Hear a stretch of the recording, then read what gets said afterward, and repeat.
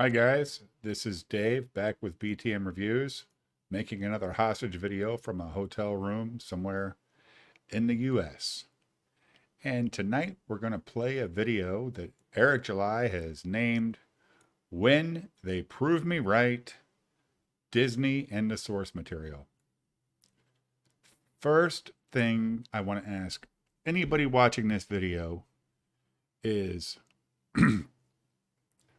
why the heck does Eric July give a shit about Disney's source material when he's got his own universe he's working on? What is the point of this video? Who is he proving fucking right or wrong? Nobody cares, dude. Work on Isom, Alpha Core, Yaira, Horseman. Work on that shit. Quit worrying about your competition, because they're not your competition. They don't care about Eric July, and you commenting on it just makes it looks really weird. So let's just go through this video. I'll pause and talk, but come on, dude. Just focus on your own shit. On my good friend Gary from Nerdrotic, he had a video, of course, edited. Gary from Nerdrotic. Well, there we go. Let's bring in the fellowship into the video. By the great Perry Chan. The great Perry Chan, who is a fantastic editor. But let's bring them all in to this video. People that have watched me over the last decade, maybe, and you've heard me talk about this stuff even more so in comics, but as well as the big screen, and how the people that are being brought in are not the best people for the job. They are all like the Saska sisters, like you writing your own book, maybe not the best person for the job. Give somebody the idea and let them run with it. Often people that have no frame of reference. They are not fans of this. They don't like this material it is that they're building. It's just, or they're working for, like a property that they're working for.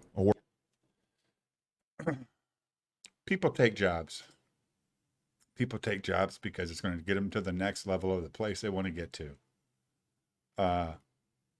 You wrote, or you sold a book called Isom to your fan base, and that's who bought it, your fan base.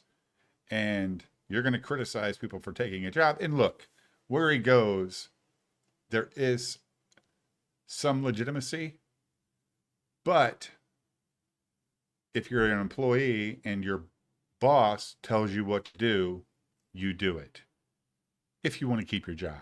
So here we go. Working on. It's just a stepping stone maybe for their careers, and that's about it. In that video that he put together, Gary and Perry Chan, listen to this. Jack Schaefer, we've already talked about her. Okay, why does Eric July need to make a video on a Wednesday afternoon about a video that Gary made on his own channel yesterday? Why does he need to do this? What is this about? You know, if you cared that much about it, make your own video. Go out and find your own information. Writer of Black Widow, I believe she was, I can't remember if it was Jack Schaefer that was also doing, what was that show? I'm losing it. With Scarlet Witch, whatever that was. I don't know. I can't remember. I think she was part of that as well. I could be true fan. Can't remember. Wrong. But let's just listen in on this compilation here. I was not very steeped in the comics. I didn't read any comics or do any research. I wasn't familiar with comics. I wasn't familiar with the movies. We didn't lean into a whole lot of the history of the comic books. Yeah, candidly, we were not enormous comic fans. I wasn't super into superhero comics when I was a kid. I read a lot of like indie press stuff. First thing I was told is don't read the comics. Really? As a creator, they put you in a bubble. They don't let you talk about any of the other projects, right? You know, they're up for anything. We ultimately decided to redefine it for the series and thought that it worked better for the story that we're trying to tell. Did you ever read you've never read the comic? When the DVD comes out, I'm going to read a Thor comic book and just see where we went wrong. Now, this is, I've done, I don't know, a million videos on this exact topic.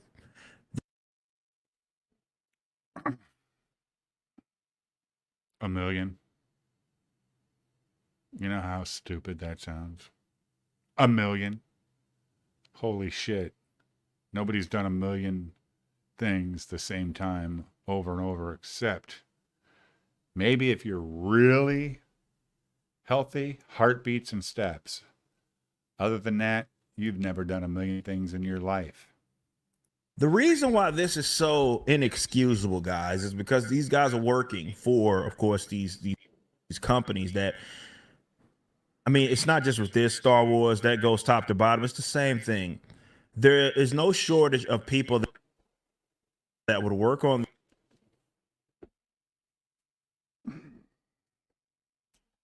Why do you care what the hell this other company does with their properties if you have your own, dude? Talk about your fucking company. Let's hear you talk about Rippaverse and how you're getting better stories. Don't talk about Disney. Who cares, dude? You are such a fucking hypocrite.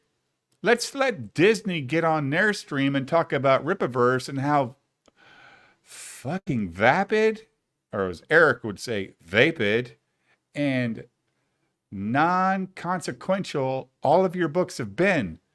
Let's let them talk about that and see how you feel. Oh,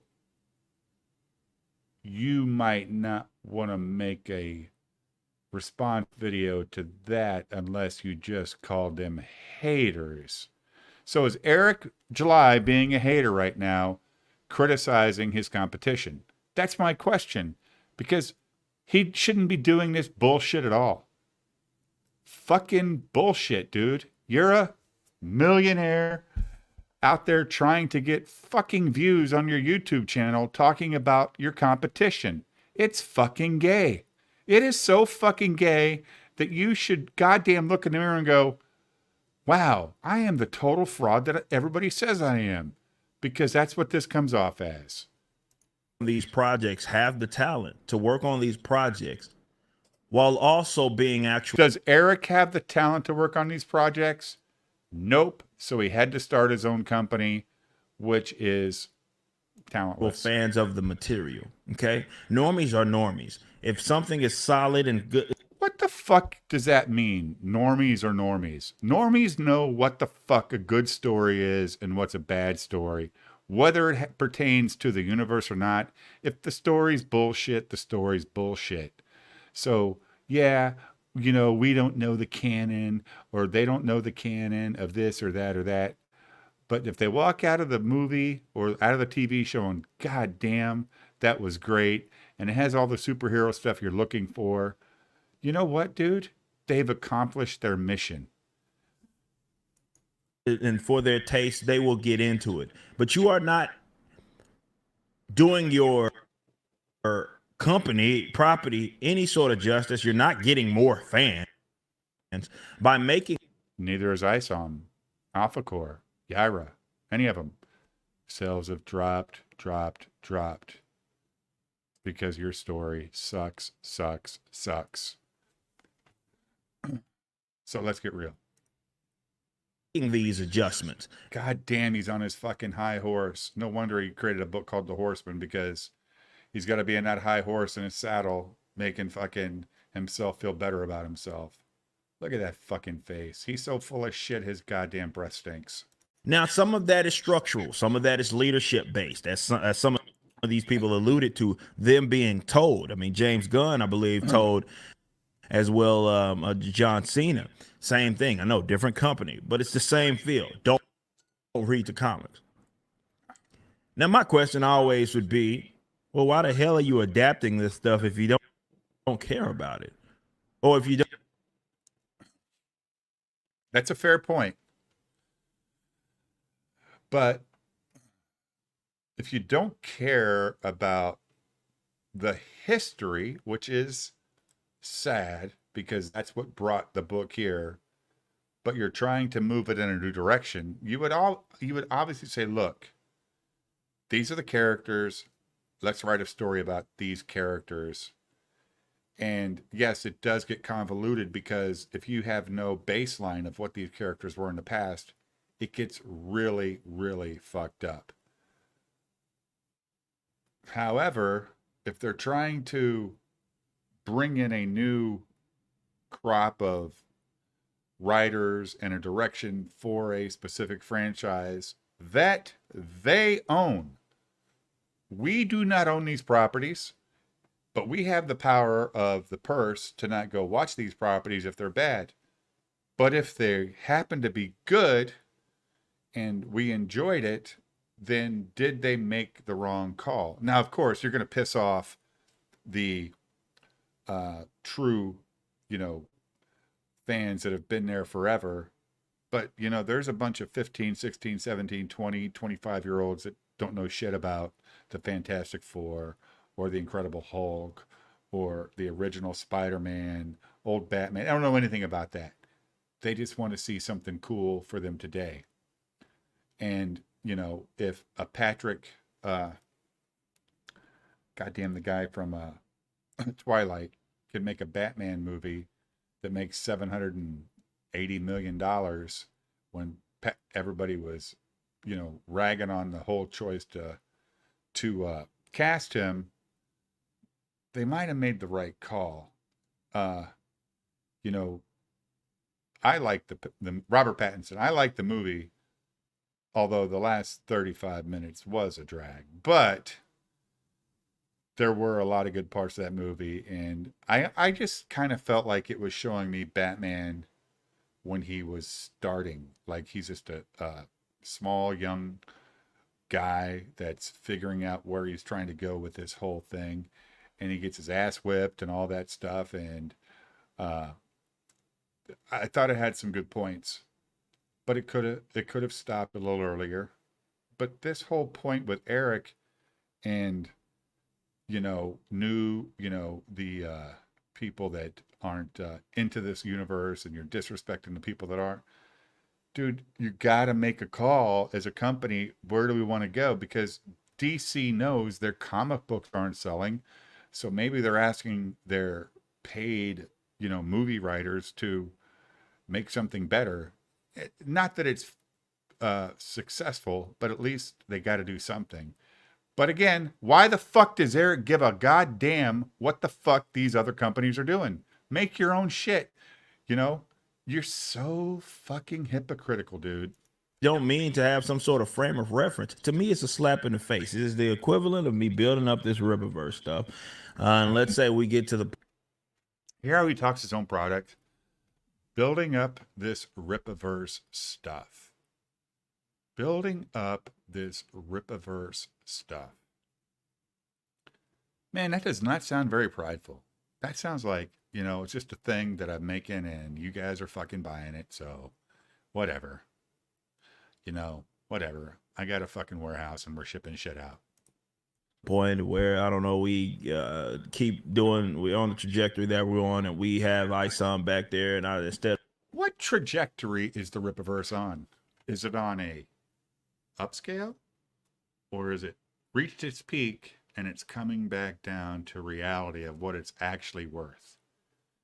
I personally think it peaked and it's just going to find its plateau in that $1 million to $1.2 million range at best going forward, because of this fucking guy right here and his general attitude towards the public and his general attitude towards any discussion about how he might improve. Of making Isom look like he is to look like, and going through some of the experiences that he's gone through. What experiences did Isom go through? Can anybody tell me what in the first 2 volumes of Isom he actually went through? I can't think of a thing that he went through. What happened to Isom? Please, in the comments, let me know, because I might be dumb, but I can't recall a thing that he went through. Again, I bought the books, so please don't be snarky. I want to know what Isom went through. To where he's a believable character. I change him into, I don't know, a Puerto Rican guy. I didn't know he wasn't Puerto Rican. I didn't know what he was. He's just some fucking dude somewhere in Texas that, you know, we're told a story started 2 weeks ago, and we have no other knowledge of what race or where he comes from. He's just some dude. He could be Puerto Rican. He could be Latino. He could be black. Who the fuck knows? So you have to tell me who he is before I can even think that if you portrayed him in a certain way, that I would think, well, that's not canon. You haven't told me a goddamn thing about this fucking guy. Right. And he just looks nothing like the character. He acts nothing like the character. He's written in a scenario that the character would never. So you mean he doesn't fucking look for a girl that wasn't missing and then goes to a bar, gets his ass kicked and goes back to the bar because he was disrespected? Yeah. Man, boy, that's fucking deep. That is so deep. Oh my God. Oh, what are we going to do here? Oh, how can we get any better than I was disrespected? It is disrespected so bad it is that I had to go back and defend my honor. It is. Fuck. Be a part of. That would be that equivalent. To me, that's an insult to all the customers, the people that have spent just so much money on these properties, that you can't give them something that is. Dude, they're not customers. They're trophy hunters. Okay, I was a trophy hunter. Anybody that supported Eric July is a trophy hunter. They're trying to stick it to the man. I've discussed this before. If you put your books on a bookshelf in a bookstore or a comic store, you ain't making $7 million fucking dollars. Okay? Let's just fucking get real. People are going to buy Garbage Pail Kids before they buy this bullshit. I hope you heard that. Recognizable at minimum. It doesn't mean that you have to follow the comic one by one, though. Again, Normie's not going to know the difference anyways. A lot of these stories, that's all comics are, really just stories. Normie. Yeah, comics are stories, dude. So if I read Isom 2 before I read Isom 1, would I know anything new or different? Nope, because they were fucking boring. Storyboards for you. That stuff is available. It's the story's already there for you to adapt. So if you did it accurately, nobody's going to knock you for it. Again, you're not making these projects better by simply ignoring the source material. One could argue, and one would argue. Hey, guys, if we ignored the source material of Isom, you think you could make it better? I bet if you guys all got on Twitter and told me your story at RazorDave68, we would have a pretty kick-ass thread of how Isom would be better than what Isom is, because good goddamn, Isom is nothing. It's nothing. When you can sell the books for $5 because you're over inventoried and you've killed the value of your $35 backers, you don't give a shit about your customer. So fuck you, Eric July. You don't give a shit about any of these people. You care about selling more books. That's why you threw Gary and Gary Chan into the beginning of this video to act like, you know what? I'm on the right side of this argument. This isn't an argument. Everybody fucking knew a long time ago that goddamn Marvel and DC does not follow the canon because they don't know the canon. Everybody's known this. If anybody's watched enough of this shit, we've all known this shit for a long time. So you're just making a video to get clicks and generate more revenue to pay your goddamn employees that you're paying $300,000 to $400,000 every quarter for, and you ain't selling that much shit every quarter, it ain't happening. We all know it.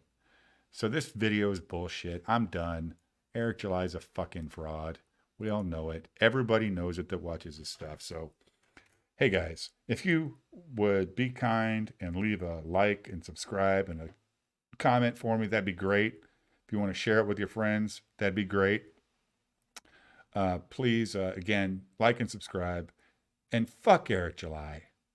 Because he's fucking boring!